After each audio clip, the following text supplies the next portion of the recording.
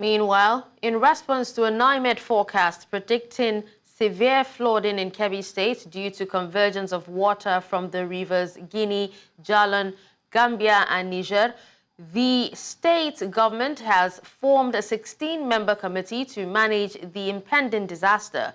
Now, at a meeting held in the Cabinet Office Conference Hall in Birnin Kebbi, the Deputy Governor and Committee Chairman, Senator Umar Abubakar Tafida, emphasized the government's collective commitment to mitigating the effects of the expected floods. He stressed the need for proactive measures to prevent and manage the disaster. He explained that the committee's primary objective was to assess the current situation, identify critical needs, and develop a comprehensive flood management strategy. To discuss more on this, we're joined by Public Affairs Analyst Mohammed Abdullahi. Hello, Mohammed. Thank you for joining us on the news. Yeah, good afternoon, Nigerians. Always my pleasure. Mohammed, how do you assess the federal government's response to the Maiduguri flood disaster, particularly the opening of an additional camp for displaced victims? Thank you very much for that question. We have always been a reactionary country. Apologies. We wait for things, for disasters that are avoidable to happen, and then we begin to respond. Why not mitigate or stop the disaster if it's possible in the very first instance? But to answer your question directly, yes, it's been commendable. The actions of the federal government in particular, and even the state government. But I must tell you that even at that, it was coming. The reactions, the response came almost 24 hours after the initial flood began on Wednesday in Maiduguri metropolis. Yes, we must give kudos to, the indigenous citizens and indigenous people who've been very good in keeping and helping our brothers, during the initial flooding, before federal government sent the delegation of soldiers and other people, other rescuers, almost 24 hours after the main incident. So even at that, talking about the response of government, it wasn't really immediate enough, because on that very particular day, Wednesday, that this flooding began, it was catastrophic, and it would have been better if we've had immediate response in commensurate to what happened. Oh, okay, now given that the flood waters are, reportedly beginning to recede, what should the immediate priorities of both the federal and state governments be in terms of rehabilitation and infrastructure rebuilding? I think it's simple. One thing is very important here, is the fact that we must be very, very proactive as a country. We keep saying these things, some of these little things. For instance, if you allow me, I just saw a news yesterday by one of the international media saying, even in the government spend, in the budget of Nigeria from last year and this year, there have been 171 million expended from September, just a year ago, September 2023, to just July here, 2 months ago, for the repairs and rehabilitation of this Alo Dam. So, if you ask me, what has happened to the 171 million expended? There are 3 contractors on the list.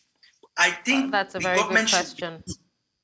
Yes, I think the government should begin by prosecuting, if they indeed pay to these contractors to carry out rehabilitation on this dam that has wreaked havoc in the whole of Maiduguri metropolis, killing at least on record more than 30 people, destroying billions of properties, and displacing more than 1 million people. We must begin by prosecuting these contractors. It's very, very important. If it is true that they are awarded, because it's there in government spend record.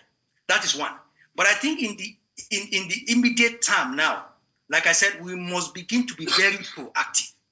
We have a whole lot of things that are ticking time bomb across this country. I don't want to digress.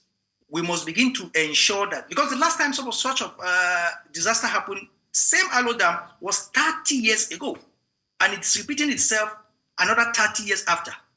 You understand? So, but in the interim time, we must ensure that those people in the IDP camps are well taken care of. What the government are able to do in terms of rehabilitations, immediate provision of food, provision of bedding items, clothing, and so on and so forth. And then what they are able to do to make sure that these people go back to their various homes when this water finally recedes is important that the government take its heads on. And again, even for citizens as well, it is very commendable, highly commendable that we've had Nigerians even across the divide. I've seen it on social media.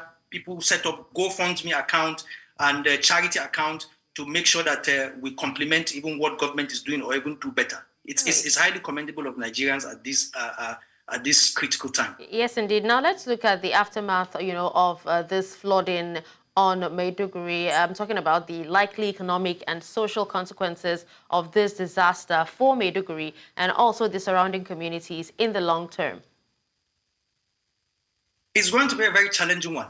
But to the glory of God again, we will say, because it's Maiduguri, the state capital, the metropolis, then you also want to believe that the government will rise to the occasion of doing things properly.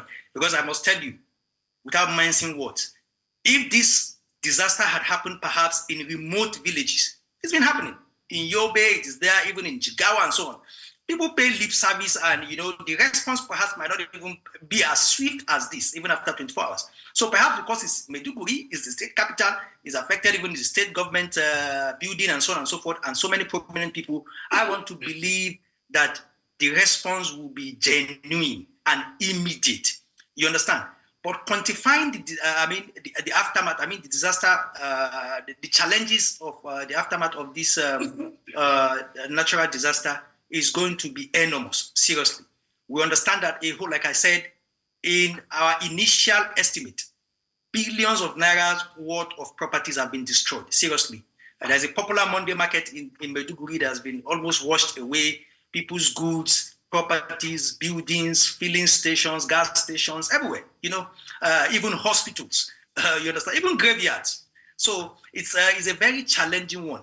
And that's why I said earlier that we need a concerted effort from the government and people alike, citizens alike, to contribute whatsoever it is that is possible to make sure that life returns to normal after perhaps 1 week, 2 weeks or more in the city of Maiduguri.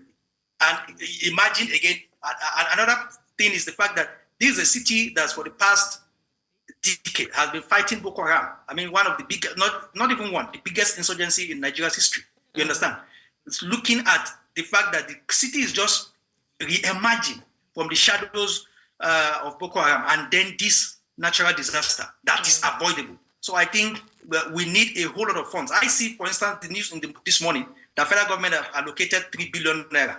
I think that's a paltry sum, seriously, because in this country we've had 21 billion used for renovation of the former governor of the state, who is now the vice president. You understand? If we can allocate 21 billion, just to renovate the house of a former president, former governor of the state, who is now the vice president, and our president has been able to have 150 billion for himself to buy private jet, a presidential jet. Please, 3 billion, I think for me is a laughable amount, to give to Borno people to mitigate this disaster. Right. So we need a whole. All right, Mohammed. Well, thank you so much for speaking to us, on this particular issue. Thank you. Thank you very much. My pleasure.